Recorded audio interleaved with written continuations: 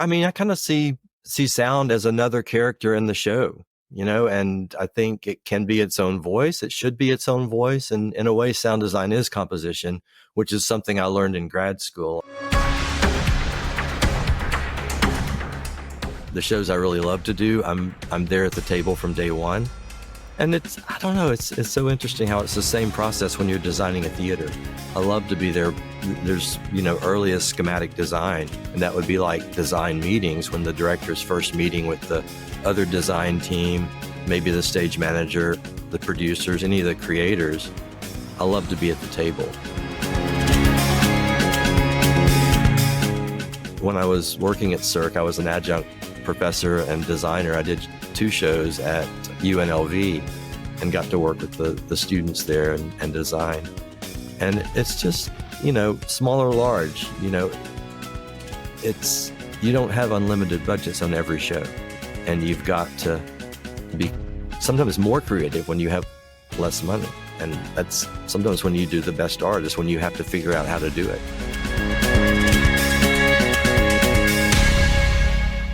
Welcome to StageLync podcast. Brad Ward is with us today to talk about sound design and being a consultant for theater, and maybe all things OISTAT. Brad is a senior associate and sound designer for Apeiro Design, a theatrical consulting firm which designs theaters and immersive experiences around the world.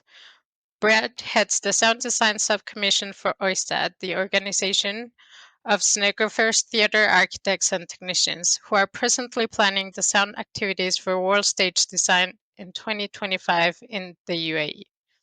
Brad is a New York City-based sound designer. He designed I Need That on Broadway and was the associate for Choir Boy, which won the Tony Award for Best Sound Design in 2019. Brad is an educator who provides workshops and classes around the world covering sound design and engineering, as well as the consulting processes. You may reach Brad via www.bradward.net or www.apeirodesign.com. Hello, Brad. Welcome to the show. Hello, Anna. Thank you so much for having me. I'm really excited about this. Thanks for joining us and being one of our first guests as the new StageLync podcast. Yeah, it's even more exciting. That's so great what you're doing. I really appreciate, what you're doing for the world of theater. I mean, thank you. So let's start a little bit with your background and how do you get to where you're at right now? What was that path for you? Well, I mean, I've been fairly lucky that I've always been interested in sound as long as I can remember. And I've not had many jobs outside of sound. So, when I was young, I would get a tape recorder for Christmas every year and I'd go out and record things. When I was in high school, I would even skip classes to go to work in the theater. And I think it was, right out of college, I worked in the theater. I didn't know you could be just exclusively sound. So I was more of a production manager, but I saw a Cirque du Soleil show. I saw Mystere in Las Vegas, and I was like, wait a minute, this is what I want to do. And, it took a while, but I worked really hard and eventually was able to focus exclusively on sound. And now I do sound and video, but I've been very lucky.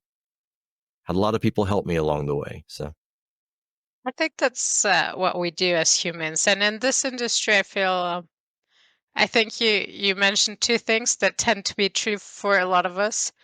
We didn't know exactly, but we had like a strong feeling of what we wanted to do, but we didn't know what was possible. And then a lot of people come along the way and say, oh, maybe these here, like start shaping and showing you what's possible and how to get there. It's not as easy as it sounds. yeah, so true. So true.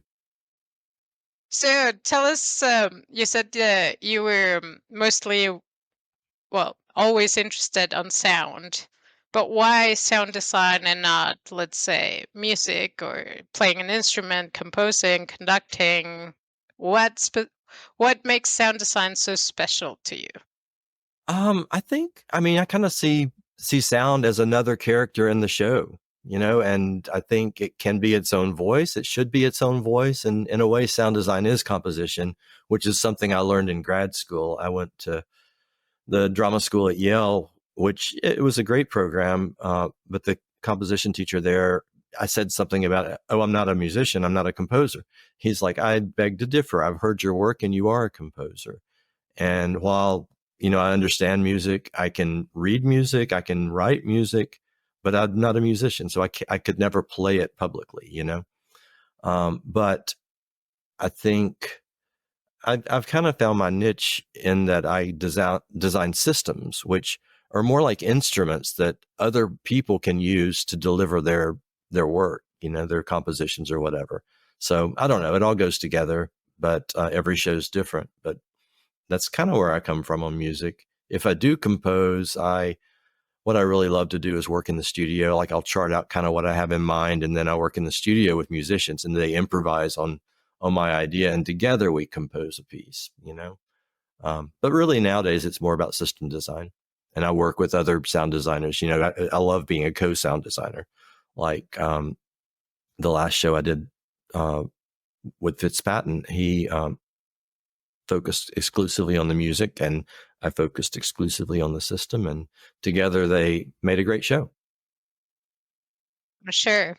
So you talk a lot about the system itself. Can you tell us a little bit more? What do you look for on a system? How do you integrate maybe that to the space or a specific play or musical or show? Mm-hmm. Sure. I think, even as a design consultant for spaces we design, it's the same process. You, first of all, know the show, know the people who are going to be the audience, the end users or whoever, and you figure out what they're trying to achieve. And then, you don't have to talk to them about speakers, about anything. You talk to them about what do they want to achieve. And then you or I go and design a system that meets their needs. And of course, I have to look at the space. Of course, I have to consider where they're going to let me put speakers in. I think Jonathan Deans, who was the sound designer for Beatles Love, he was lucky because it was the Beatles music. He could put speakers anywhere he wanted. I remember one day he said, no, I want to put a speaker there. They had to move a video screen so he could put a speaker there. And that doesn't happen. That's the only time in my life I think that will ever happen. So we have to think about the space, but really think about the needs of the end users. That's what's so important. And, it can't be an overcomplicated system because you only have so much time in rehearsal to make things, to polish things. You also want it to be easy to operate because you might not have a skilled operator. It might be a volunteer that's running the sound, or it could be the stage manager that's running, QLab that triggers light, sound, video all at once. So you want to, focus on what the show needs. Everything I do is bespoke. It's for that show. Yes, many of the things we do, but at the same time, we also have to adapt sometimes to certain spaces, constraints, budgets, uh, ideas some other people might have.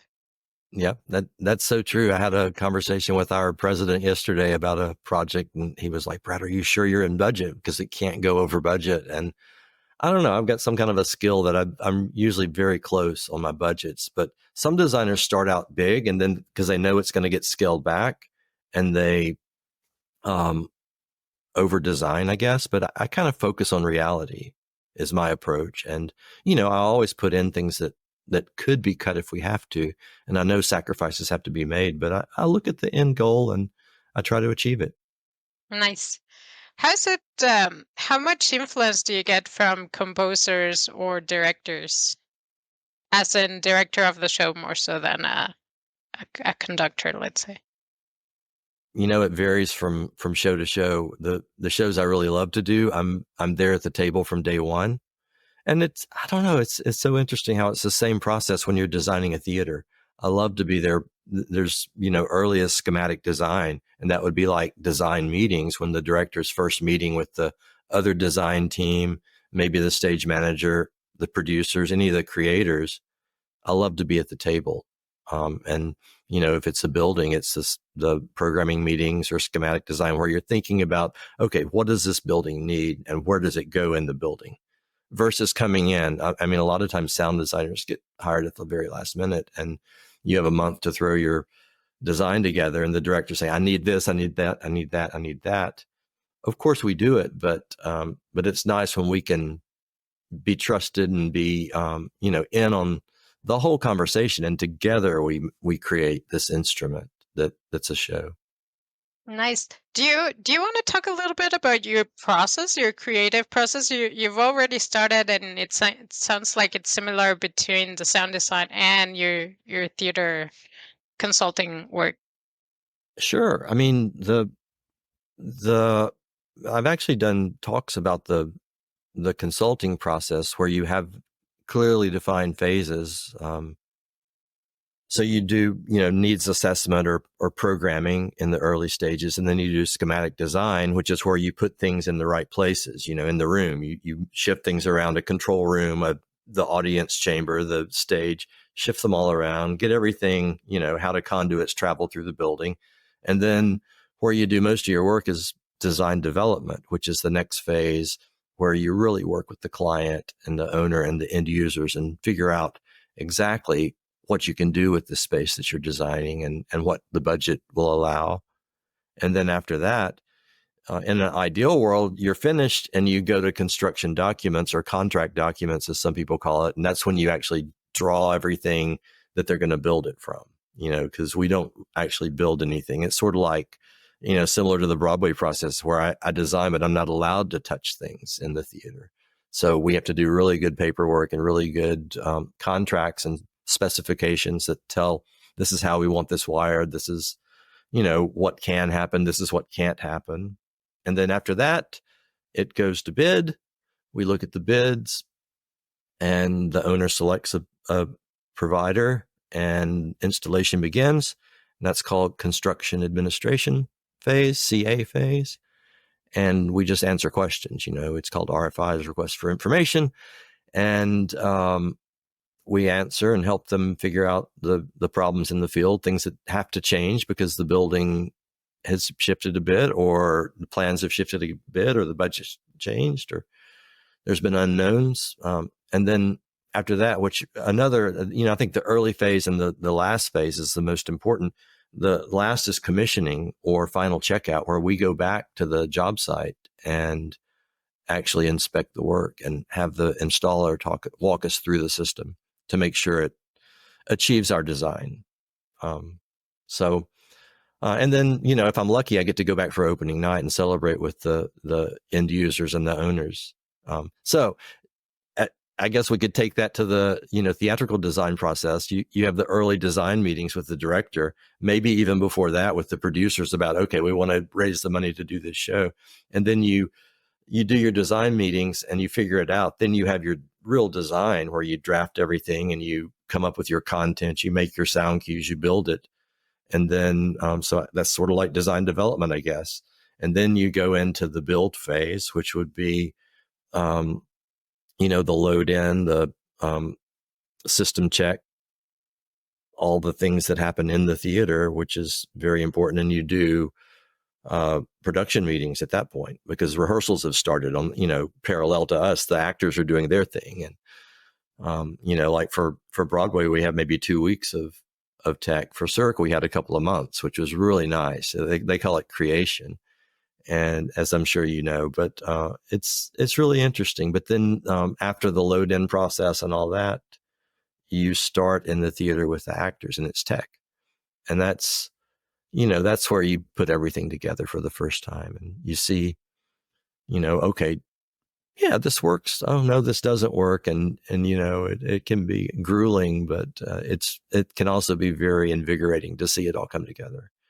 And then you do your run throughs, and then you do some previews, and then you have your opening night, and hopefully it runs forever, and everybody's happy.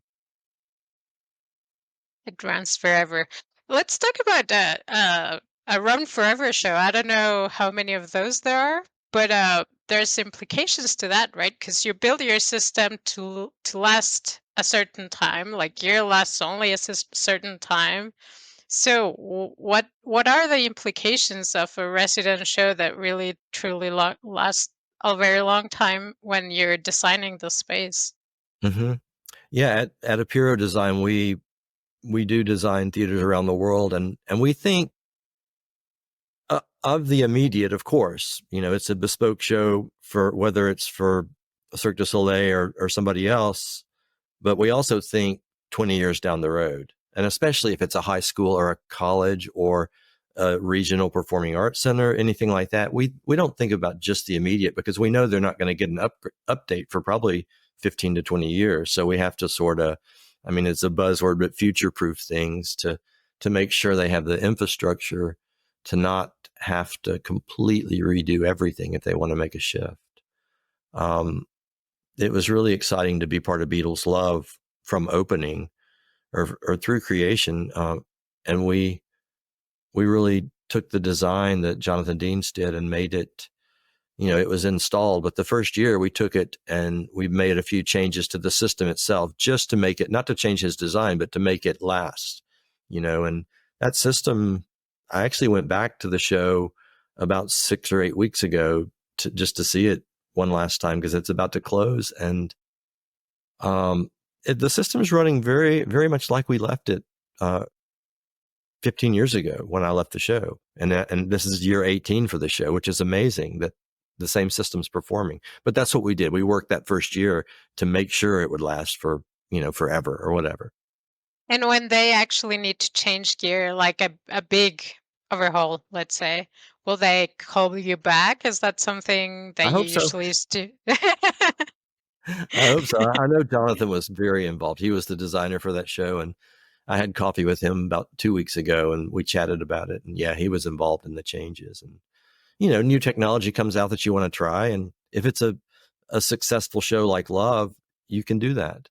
Or if it's a long running Broadway show, they'll do a refresh or whatever, and you get to get a chance to update things. How different is it to foresee the use of a building that's going to be used only for like a specific show, like a resident bespoke show, versus a venue that's more like a roadhouse or a receiving house that will have different kind of shows all the time? I think what's important is really, yeah, thinking about what they're going to do with it. And if it's the road shows, what's important is the infrastructure. Do they have a pathway to get a cable from backstage to the mix position or to the light booth or wherever they need to run a cable without running it down an aisleway? Because that creates a safety hazard. You have to put the ramps over the cables and stuff. So you give them pathways, number one, and you give them power. Give them plenty of power. We always do isolated audio power that keeps the system sounding clean, no buzzes, no hums, things like that. So that's number one for a roadhouse. And then the second thing for a roadhouse would be back of house and lobby systems. They're not going to want to put in dressing room systems and lobby systems for every show. So that's what you can focus on. And then I guess lastly would be the main system in the building, in the theater itself. Maybe you want a house sound system, or maybe it's going to come in with the show. And if it's like a Dragon show or a Cirque du Soleil show, they know what the show is going to be. They're going to have a sound system designer that works with the sound designer, and they're very specific about their needs. So yeah, you design it. But if it's a roadhouse, you might just want a clean slate, And Broadway theaters, that after a show closes, they strip the theater out. It's 4 walls really, and it's the theater proper, and they start all over. So. And now, a note from our sponsor. The StageLync podcast is proud to be sponsored by Clearcom. Clearcom is the leader in voice communications for theater and the performing arts. Call your cues with the simplicity and elegance of Clearcom intercom solutions. You can find them at clearcom.com. Go check them out.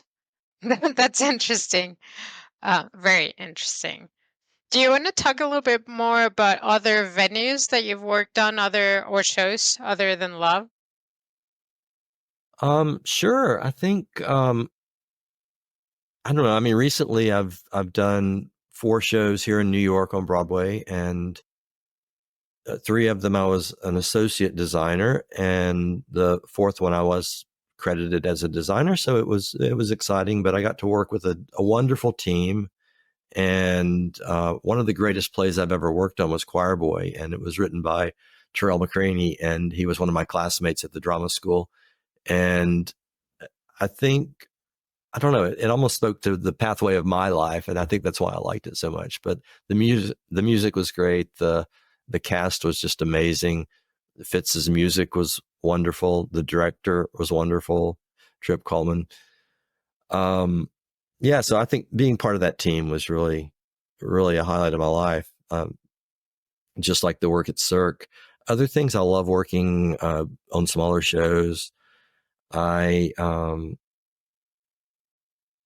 I also do education. I really enjoy working with people who are new to the business or whatever. I've had the pleasure of going out to Aspen the past couple of years and doing a 1 week workshop at the public high school there, and just to talk to those students and help inspire their ideas and their thoughts, and maybe push them in the right direction. They're going to go where they want to go, but I can introduce them to concepts and to tools, and they take it and run with it. So I think that's exciting. And when I design at universities and high schools or whatever, it's really exciting to be a part of the team there and see these new, fresh people to the industry and help them.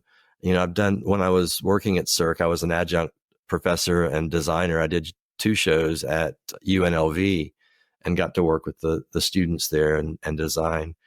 And it's just, small or large, it's you don't have unlimited budgets on every show, and you've got to be sometimes more creative when you have less money, and that's sometimes when you do the best art is when you have to figure out how to do it. I mean, I have a great example. I did a show at the Children's Theater in Nashville about 6 or 8 years ago, maybe 10 years ago, and they didn't want to bring in real animals. So there's a scene where there's a dog that's a very important part of the scene, and the dog is featured. And I had to completely do this dog scene with sound. And it was really a great challenge. And how could the actors work with my sound to make it, and the lighting was a part of it as well. They just staged it perfectly. So you thought there was a dog on stage. Um, this was again at a college where we didn't have the money to rent the puppets for Into the Woods, and it's Cinderella. Birds fly away, and there was no birds, but they were looking up above the curtains to where there were supposed to be birds. So I took the birds, and they were tweet tweet tweet tweet, and when it was fly away, I moved them. I was like, and tweet tweet tweet tweet, and it moved around the theater, and they flew away. And my little nephew was about maybe 6 or 8, and he was watching on the edge of his seat the whole show. And he looked up at the birds and he followed them, and he went like this and then snapped back to the show. It was just like, how did that happen? And that's like one of my favorite sound moments was with my little nephew. That's So that's. big or small, I don't know. I probably said too much there, but big or small, I think it's really a great challenge to be part of it. Do you think there's still, and this comes out of a very ignorant part, but are there still a lot of Foley artists? Oh, that's an interesting question. I think now it's more for the art, you know, and I actually we just had our national uh, annual meeting for TSDCA, which is the Theatrical Sound Designers and Composers Association, and I brought in this guy called Joshua Freed, who, in a way, is Foley artist. He brings in a boombox and he takes music and he'll sample a piece of it and put it in a sampler, and then he plays these, like shoes that are like marimbas or whatever, or temple blocks, or he has a steering wheel that can take the digital sounds, and he creates right there in front of you. So it's like a new kind of Foley, which one of the young sound designers that was there made me think of it as Foley because I'd never really thought of it as Foley before. Um, Other true Foley artists where they have a cart on stage, it's pretty rare now, but I think it's really, if it's done for a reason, I think it can be very inspiring. I did I did a show for Bristol Riverside Theater, and I think it was King Lear, and they wanted to interact with the set, and it wasn't terribly successful, but I put triggers on stage where we could record sounds and they could go hit a tree, or they could, stomp on this section in the stage or hit this thing on the back of the stage and it would trigger a sound. It worked in some instances, but it wasn't that useful in other instances. So I think that's another important part is being willing to try things. But Foley proper, um, I think it's really interesting. But it has to be really thought through. I think it's fun, but but yeah, I don't know. I don't think I've ever really seen it. I think I've seen it more in a recording studio as a tool or as a way to Yeah. develop Yeah. for the Yeah. And bigger. when you need to make your own sounds and you record them, that's certainly, I certainly do that from time to time. Um, because yeah, there's only so many sound effects out there. And I know there's more and more libraries, but I mean, for a long time, you'd always hear this one scream every time somebody needed a scream in a show, like, it's that same tired scream that came from this movie or came from whatever, where it came from after a while. But yeah, it's good. And for those that don't know what a Foley artist is, do you care to describe it in a couple of words? I think you've already done Sure, so. yeah. Foley artist is a person who really performs on stage. It's like a live sound designer, and you might have a Foley cart. That's something that comes out on stage, and you've got all these, sound toys, you might call them. It's like I've got things put around different places. I don't really perform though, but like a chicken that goes ricka ricka ricka, or a cowbell, which is one of Anna's favorite instruments, Anna Robb's favorite instruments. You can ask her about that one of these days.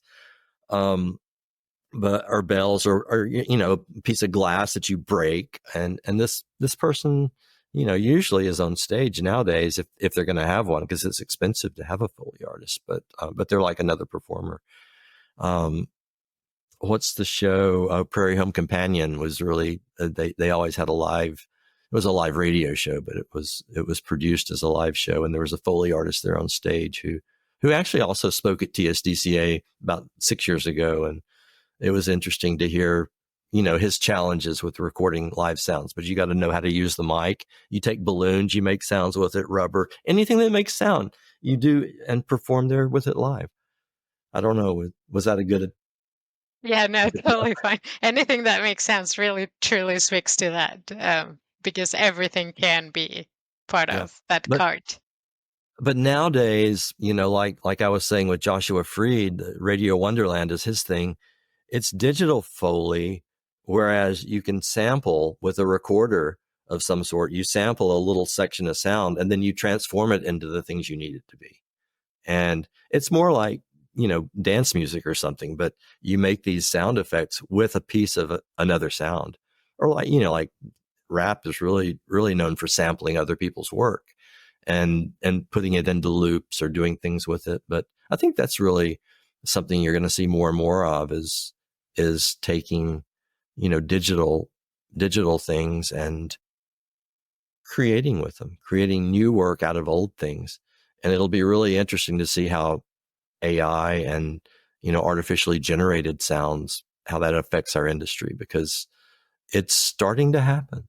I saw an app yesterday where you can actually have music composed uh, based on an algorithm or based on a piece of text that you send it. And I hate to think of being out of a job because of AI, but I think what's more important is I figure out how to use those tools to make my work even better.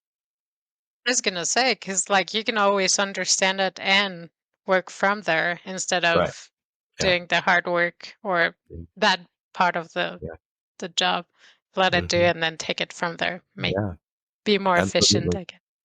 Yeah. You want to talk a little bit more about education? You're very passionate about it. You've talked a little bit here and there throughout the podcast. I think with OISTAT, you do that a little bit, and you've been working in different universities. Yeah, I mean, I grew up in a educational atmosphere. My dad was a professor and librarian, so I would go. Um, I sort of had my own office at his library. In the summer times, I would go and make sound effects in this little office. I'm sure it drove the people down the hall crazy, but yeah, I love being around the students and experiencing their thought process where they're not jaded by what's happened to them and they haven't been told no so many times. And, after you get told no so many times, you just quit trying things. You go with what always works. But um, to get to see what those students really want to try, and even if they fail, it's great. I was listening to one of Anna Robb's podcasts the other day, and I think you were probably on it too. But she was talking about somebody that told Franco Dragone, "Oh, that's impossible." He said, "Prove it." And they sat there and worked and worked and worked, and they proved it wasn't impossible. He was right. So I love it when students do that challenge. I think sharing knowledge is very important. I really am very grateful to my mentors over the years who took the time to listen to my crazy ideas and to, kindly tell me when I was wrong and tell me when things wouldn't work or help me realize why they wouldn't, but also the ones that I could affect their process. They would listen to me and they're like, "Oh, we can make what I've done better through your ideas." So I think that's the great thing about education. And in a way, it's giving back, but I don't know. People always say that I get just as much as I give. It makes me feel good to see to see people succeed. And once in a while, you get to hear what they come back and remember you years later. Actually, one of my old student was through New York touring, and I ran into him, and he was, the road manager and monitor mixer for a known country act, and it was exciting to get to be there and see their success. So Do you have a lot of students, or have you had a lot of I've students only throughout? taught full time for 1 year. That was in Nashville, and I think what's really important about teaching is you've got to be a working professional. So you've got to stay busy in your field, and so you're on top of the game. You've got to teach them the latest, the greatest, whatever. You don't want old, outdated ideas. So that's important. So what I find more successful now is to teach adjunct or to do workshops like the one in Aspen that I do every year, where I can go and share my experiences and just collaborate with them in a learning environment. I think it's great. When I was at Cirque, UNLV had me teach their graduate sound design course for a year, which was great. And I'm still in touch with those people. I'm probably one of those with way too many Facebook friends. I think it's a good way to keep up with people, and it's always good to see what they do and to share in their success in a way. That's nice. What would you say is your favorite thing about your job? My favorite thing about my job, wow. I think the favorite thing about the job is just getting to see the success, to see, you know, help other people achieve their dreams and to be a part of that. And if I can just be some little part, I don't want to be the star. I don't want to be, it's not about ambition personally. It's about being part of a team that's taking a project to success. So I think seeing those things are really very important. When I worked at Beatles Love, I think I was one of the luckiest people in the company because I was the only person on the technical staff that was out in the theater. I was there among the audience, so I got to see what they really got out of the show. And I remember, most times people got up and they're walking out, and they're laughing and they're talking about how great the show was. But occasionally there'd be somebody that's just so moved by the show that they're sitting there in tears, or they're just sitting there pondering the show, and it's bringing back memories from the past or happy thoughts or whatever. So I think it's really good to get to experience that. for me, it's wonderful to see these facilities that we design being used, and just hearing the number of lives that they've impacted over the years as, you know, an instrument to deliver this entertainment or to deliver these plays or whatever, and make people's lives better, enriching people's lives. I think it's really important. And, you know, and once in a while you get a personal thanks, or I guess the ultimate was, when I worked on Choir Boy, Fitzpatrick won the Tony Award for Best Sound that year. And he was so grateful to me and Sonny Keel, who is also another co-sound designer or associate sound designer, to say it correctly. And he took us up on stage with him when he accepted his Tony. And that was a night that I'll never forget. You know, my phone was blowing up. Brad, you know, it was great. But that's, you know, once in a lifetime, you know, and that's not what it's about either. It's just about being part of a wonderful team, really. And if you could change one thing either about your job or the industry as a whole, what would it be? Um, you know, I, one of my mottos, or one of the things I like to say, is I want to bring the world together through sound. And I think sometimes our profession, the whole design profession, is not terribly diverse. So I would like to see people from different backgrounds, underrepresented backgrounds, come together and have the same opportunities that I've had. I mean, I've worked super hard to get to where I am today, and I've had a lot of people help me, but I have to realize that I've had a lot of opportunities that other people don't have, just because of where I was born, or or my background, or my color, or my gender, race, whatever. And I want to, you know, give platforms for other people to be able to achieve some of these things. Um, and I could, you know, if you like, I could mention just a couple of things that I'm part of that. I think you mentioned in my introduction that I'm head of sound for OISTAT, which is an international organization.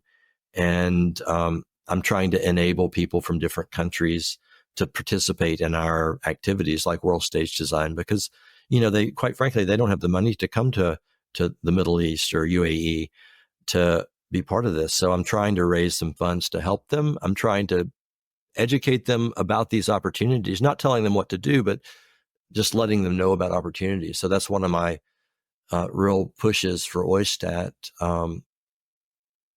And, you know, hopefully if there's other sound designers listening to this, we'd love to have you get involved. So please reach out.